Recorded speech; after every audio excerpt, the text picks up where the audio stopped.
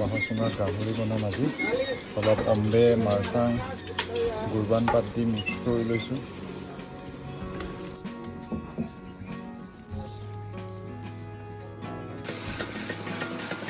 আৰু এইফালে পাপুৱে নদীৰ বৰিয়লা মাছ ভাজিবলৈ আৰম্ভ কৰিছে। আৰু মানুহ আহি গৈছে, মানুহ দূৰ দূৰ আলহী আহি ভাত খাবলৈ আৰম্ভ কৰি দিছে।